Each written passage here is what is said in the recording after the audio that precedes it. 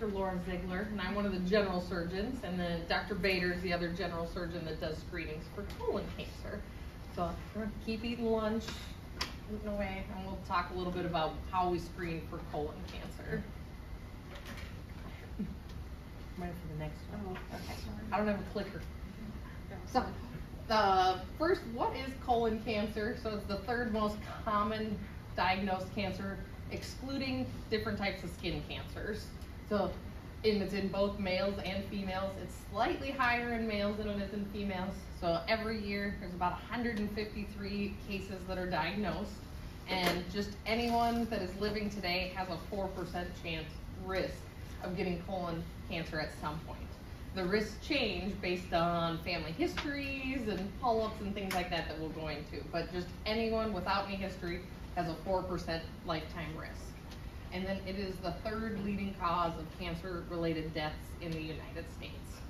And our best tool is prevention. So we hear a lot about colonoscopies and colon cancer. So this is what colon cancer is and why we talk about doing colonoscopies, or what all the screenings are and why we do it. So colon cancer on this picture starts off benign, which means that it doesn't cause any issues, it isn't a cancer yet, and it grows into these little tiny polyps that are on the inside of your colon. They don't feel like anything, you'd never notice that they're there, but that is how the growth starts. Sometimes like moles in skin cancer, and you can notice that they grow over time. These ones you just can't see. So the first 4 steps of it are all benign, meaning it grows and grows and grows, but then it gets to a point where it turns into a cancer. And that's the times where we can have things like bleeding, or when they can cause an issue. So that's where the prevention comes from, is that we try and catch it while it's still in these spots where it's not causing any issue. Then we remove it where it is, and it never gets the chance to become a problem. And then the diagnosis of colon cancer never happens. This process usually takes about 8 to 10 years.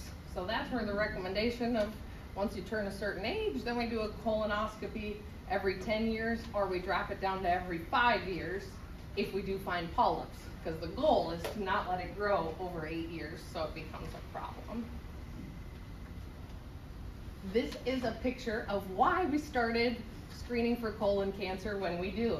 So this is showing both males and females when colon cancer gets diagnosed. So you can see we're getting some starting of colon cancer in 30s, but it's very low. But then as you see up till 80, 85, that's when the colon cancers are diagnosed. So that's where we start with the screenings, and we try and catch it either when it's early or before it becomes a colon cancer. And the next one's going to be another graph, and it shows how much colon cancer is diagnosed. So this is back to 1975, and then the most recent data, I think, is 2018 or 2019. But it shows that we used to have an increase of colon cancer diagnosis, and now it has decreased. And a lot of this is due to the screening programs. So, meaning taking out polyps with colonoscopies and getting in there early and not letting it become a cancer ahead of time. So it is continuing to decrease, but we are seeing some colon cancer that's younger and younger. Risk factors.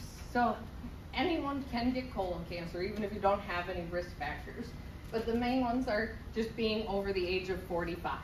So the screening used to be 50, but it is now 45 because we find it a little bit younger and younger. Alcohol and tobacco, which are risk factors for other cancers. Low physical activity, and then a lot of it is related to our diet.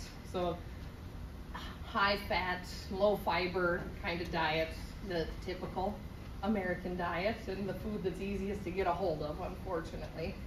So, and then the big ones are that having some kind of family history of colon cancer or polyps. So there are specific types of genetic disorders and things like that that can increase your risk a lot. But otherwise, it's mostly related to lifestyle for the general population. And preventative factors. So things that are good for your colon so that it doesn't start making these polyps are continuing physical activity. So that's any aerobic exercise, walking, a little bit of physical activity.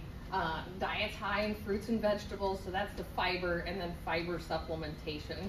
Because no matter how good we eat nowadays, almost no one is getting the correct amount of fiber that we were made to eat through evolution, because all of our colon cells use the fibers, and that's what keeps it healthy and keeps it from becoming a cancer. So all of the prevention is actually related to mostly diet and exercise and lifestyle. So we talked a little bit about kind of what colon cancer is. Now what do we do about it and how do we prevent it? So this is the newest recommendations. So everyone, whether you've had polyps, family history, symptoms, everyone is recommended to be screened starting at age 45. And that is true for everyone aged 45 to 75. When we get just over 75, so 75 to 85, we still recommend screening and doing colonoscopies as long as you're in good health and have a reasonable life expectancy of 10 years or more, because the goal is to prevent and take it all out while it's still those small polyps and before it's caused a problem. The recommendations currently from the American Cancer Society say no to over 85. That's also, again, based on symptoms. So if people are having symptoms or they're in really good health, we have done colonoscopies in people older than 85. It's all more about physiological age than number age.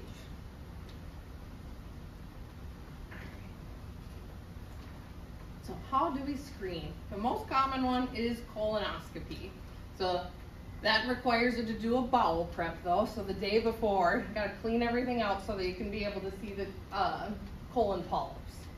That is the recommendation, that's a gold standard for screening for colon cancer, but there are other options for people who can't have anesthesia or don't wanna do the prep.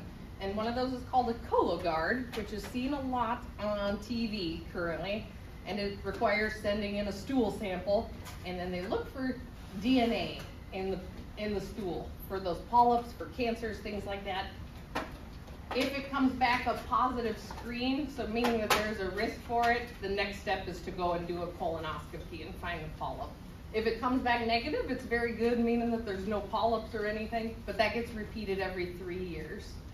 And then the last one is called a FIT test, which is falling less in favor now with Cologuard, just because the Cologuard has got better rates for true positives, but that's a test every year that's also looking for that DNA and where you have to send a stool sample in. So those are the main ways to screen in today's age. So big things, who is screening and what does colon cancer, like what are the symptoms of it? So everyone 45. There are other recommendations for people who've had polyps or family members with colon cancer. Sometimes it's even a little bit earlier than that, but everyone that is 45 and older should be screened for colon cancer in some way. Symptoms of colon cancer don't seem like much. It's one of those that if we don't get screened, it can be very hard to find. So you could have some bleeding or blood in the stool, stomach pain, stomach cramps, or even changes in your stool habits. So all very non-specific things that we can relate to also just eating certain foods. There's nothing really specific to it. So that's why the best way is to screen for everyone 45 and older. And then it also shows the increased risk if there's family history with it, certain types of lifestyle factors, and then again, those genetics. And that would just change so that you get screened younger or on a more frequent basis. So for colon cancer, the best way to treat it is to prevent it. And it's a colonoscopy or one of the Cologuard tests. And as unfun as the prep is, it can prevent you from getting colon cancer. You guys have any questions?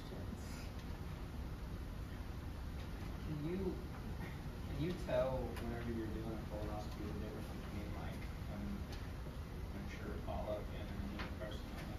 Yes, usually. Yep. You still get it tested and whatnot, but yep. Every time we do a colonoscopy, it'll always get sent to the pathologist. Usually the benign ones are a lot smaller, and then the other ones are quite a bit bigger, or they have more bleeding and things like that associated. But we can usually tell the difference at the time. Is the Cologuard pretty accurate? The Cologuard is pretty accurate. So it's the terms we use are sensitivity and specificity, meaning that if it's negative, is it truly negative? And those are really good results in the 90s. So meaning if it's negative, you should have minimal to no risk of actually having something. There are occasionally false positives, which can be from things you eat, time of day, but then the recommendation would be to go to colonoscopy. So there are some times where we get that and we don't find any polyps. But it is usually at least a polyp that's found once those are positive. I just know I've had people with nurses that they've had the Cologuard and then they end up having to have a colonoscopy and they won't pay for it because they had the Cologuard. Yeah. So insurance will pay for it. Yep, so insurance usually covers one screening. So the screening can either be the colonoscopy first or the Cologuard or the FIT test. But once those become back positive, then it switches to what's called diagnostic and a treatment. So then it goes into the deductible payments, the 80-20 with Medicare, it does change it. So, but it's not the 100% that the screening is covered. That is correct. It's probably better off to have colonoscopy then. Yeah, it gets it all done. That's We right. recommend it, but That's what I was gonna say, may as well go the worst way, But but even if the it's polyps. a colonoscopy, yes, you can put it down as a screening, but it doesn't matter. If they find a polyp and they remove it, it automatically becomes diagnostic and then you pay your portion of it, Yeah. regardless. So even if you go in for screening, yeah, a lot of times it turns to diagnostic, yeah. But you don't have to do the prep again or get the results of a positives or what if, you know it's all taken care of right there at the moment. Yeah. How often, was someone else asking a question? How often, like you said, you can't do those two things at the same time, or like, what's the time range that they allow you to, like, if you wanted to get a colonoscopy again after the Cologuard later, like, how often do they allow you? Yep, after 3 years. So Cologuard is a 3-year screening. You can only do Cologuard if you have no family history, no previous history of polyps. Those are the only ways to qualify because you go into a high risk category, but every 3 years. So if you did a Cologuard and it was negative, and then you decided you wanted to do a colonoscopy, it'd go back to screening at 3 years again. Is it real unusual for them to insist that you have another colonoscopy within a year?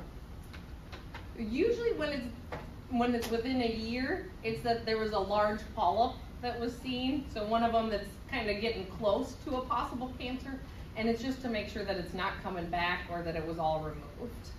So even though that happens once, it doesn't mean that it's going to be a year for forever. It just wants to make sure that everything was removed safely and there wasn't It used to coming be back. on like a 5-year thing. Yeah.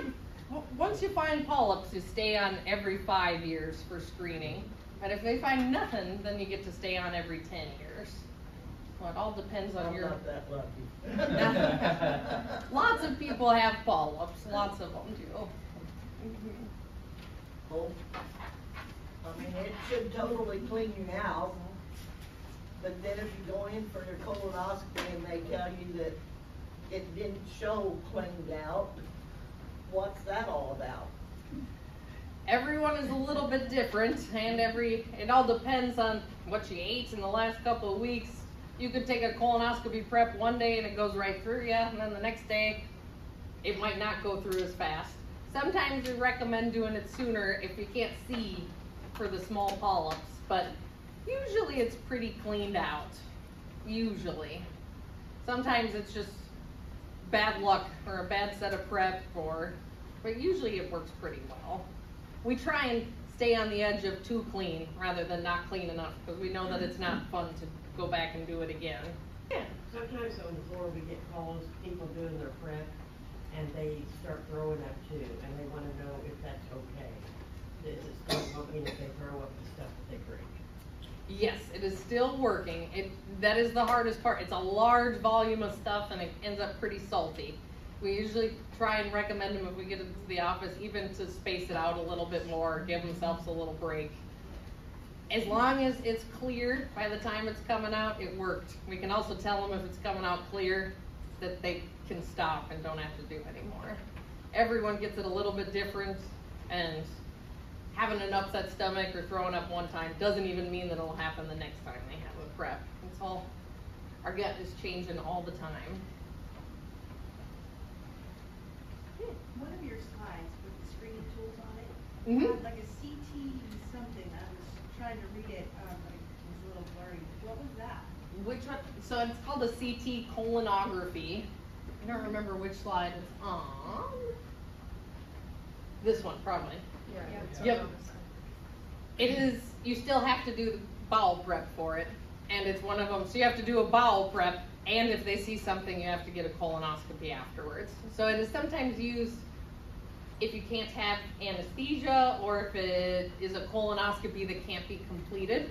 It's a way to see the rest of it, but if they see something on there, the next recommendation is colonoscopy, so. Is it a CT scan then? Mm-hmm. With some enema contrast and, yeah. Do we do that here? No, we don't do that here. I've never heard of it, so I didn't. Yep.